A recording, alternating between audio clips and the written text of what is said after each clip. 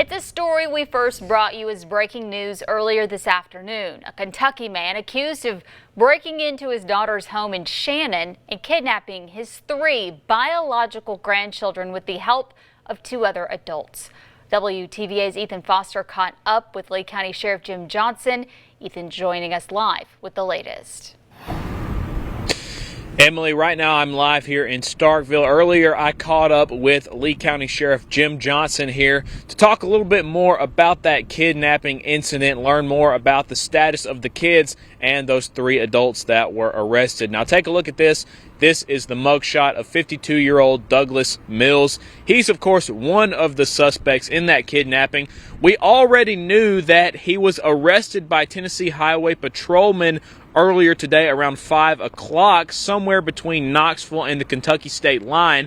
But now we can also confirm that the other 2 suspects were arrested with him at that same time. Those suspects, Sheila Hood and Vanessa Cox, all 3 of the suspects arrested without incident during a traffic stop in that area. Again, that was around 5 o'clock this evening. And again, the children that were kidnapped, 3 of them, they are safe and still in the custody of Child Protective Services. Now, we can tell you that all 3 suspects have been charged with kidnapping. The sheriff told me earlier that all 3 of those suspects were there at the house during the kidnapping event. Of course, Mills was the one who brandished the gun. He's also the one who's been charged with 1 count of home invasion and 1 count of burglary. Now, Sheriff Jim Johnson did tell me that thankfully this kidnapping event was not something that other people in the area had to worry about. It wasn't someone randomly going around trying to steal kids in the community.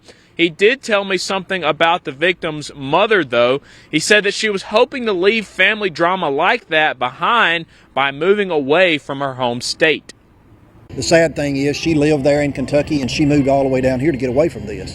This is what the whole purpose of this was, and then these individuals come down here and terrorize them and cause this problem again. The sheriff tells me that all the charges have been filed with local courts in Lee County. The next step for the sheriff's office will be to extradite those 3 adults back to Mississippi so that they can face trial for their crimes and, of course, get those kids reunited back with their mother in Shannon. Reporting live in Starkville, Ethan Foster for WTVA 9 News. Police have charged